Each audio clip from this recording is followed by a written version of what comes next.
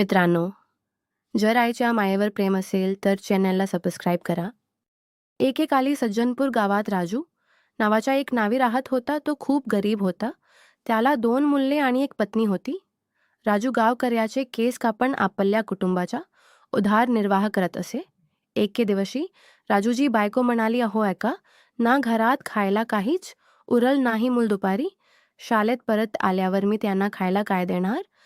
तुमचं काम कधी सुरत चालेल?" यावर राजू म्हणतो, "सुजाता, मला समजत आहे. पण तूच मला सांग की मी काय करू?" श्यामने आपल्या दुकानासमोर त्याचे दुकान टाकले आहे तेव्हापासून सर्व गावकरी त्याच्या दुकानात जातात. तो गोड आणि लबाड बोलून गावकर यांना त्याच्या दुकानात बोलाव.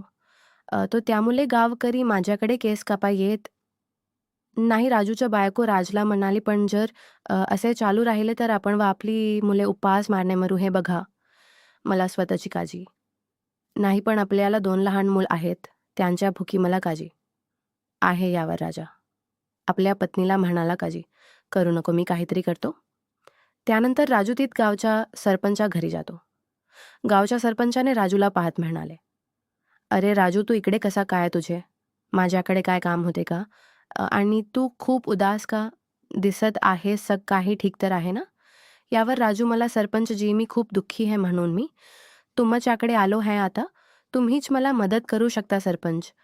तुम्हाला तर माहीत आहे की मी अनेक वर्षापासून या गावात केस कापण्या काम करत आहे. पण काही दिवसापासून गावातील एकही व्यक्ती माझ्याकडे केस कापा आला नाही. त्यामुळे माझ्या घरात अन्ना एकही कण शिल्लक राहिला नाही. माझी 2 लहान मुलं आहेत.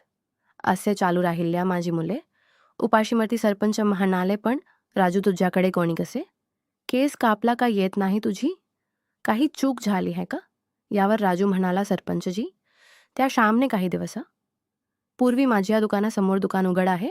तो माझ्या दुकानात गावकरला येऊ देत नाही आणि अतिशय हुशारने गावकर खूप कमी पैसा आणि गोड बोलून केस कापतो. त्यामुळे आज माझी ही अवस्था झाली आहे." सरपंच म्हणाले, "अरे राजू, यात मी काय करू शकतो बरं आता? मला तू सांग, जर गावातील एकाही माणसा तुझ्याकडे केस कापायचे नसतील तर त्याला मी काय करणार? तो शमू श्रीमंत आणि खूप चालक आहे. सगळे त्याला ओळखत. तू कशाला त्याच्या नादी लागतो? जर तुझा माझ्यावर विश्वास असेल तर एक राजू, तू काहीतरी वेग काम शोध चालू कर." यावर राजू म्हणाला, "काय म्हणता सरपंचजी? मला तुमच्याकडून ही अपेक्षा नव्हती. या गावात मी बरी वर्ष केस कापण्या काम करतोय. वडे नाही तर दवा किंवा लहान मुलांचे दव हे मीच करता आलो आहे. आणि याशिवाय मला दुसरे काही माहीत नाही. मी काय करू तुम्ही सांगा." सरपंच म्हणाले, "बघ राजू, मी तुला यात काही मदत करू शकत नाही. कारण गावात वाद होतील आणि मतदान सुद्धा जवळ येत आहे.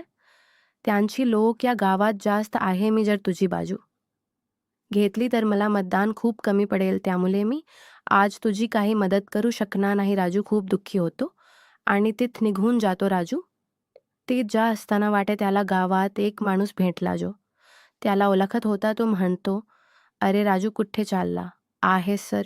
काही ठीक तर आहे ना?" राजू म्हणला, "नाही भाऊ, काही ठीक नाही. खूप दुःखी आहे. अनेक दिवसापासून माझ्या दुकानात एकही गावकरी येत नाही. त्यामुळे माझ्याकडे अजिबात पैसे राहिले नाही आणि माझ्या घरात न्या एकही कर नाही. माझी बायको आणि मुले या शेवर आहेत की मी आज त्यांच्यासा काही खा घेऊन जाईल." यावर तो माणूस म्हणाला, "चल राजू, माझ्या सोबत माझ्या घरी चल. माझ्याकडे पैसे तर नाही, पण माझ्याकडे खूप धान्य आहे. तले काही धान्य मी तुला देतो." त्यानंतर राजू त्याच्या घरी जातो. तो माणूस धान्याची पोत्यात काही धान्य काढून एका पिशवी टाकून देतो.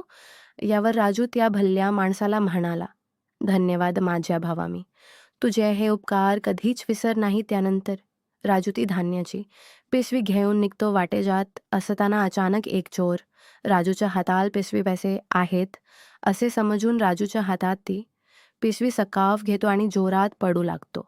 राजूही त्याच्या मागे ओरत पडू लागतो, "चोर, चोर पकडा, त्याला पकडा." "अरे भावा, मला माझी धान्याची पिशवी दे. माझ्या घरी माझे बायको पोर उपाशी आहे." असे म्हणत पतपत तुका विरी जो पोतो तो चोर तित दिसे असो. तो एटक राजूला का आवाज एक येतो. तो मागे वून पाहतो तर एक साधू बाबा असतात. त्यांच्या एका हातात काठी तर दुसरे हातात त्यांची जोडी असते. सात बाबा म्हणाले, "अरे काय झाले बालका, तो सग ठीक तर आहे ना?" यावर राजू म्हणाला, "बाबा मी या गावातील गरीब नावी आहे. खूप वर्षापासून या गावात केस कापते पण गेल्या काही दिवसापासून माझ्याकडे गावकरी येत नाही त्यामुळे माझ्या घरातल्या एक दाणाही नाही माझी बायको आणि मुले उपाशी आहे ते मला बवत नाही आणि त्यात तो चोर माझी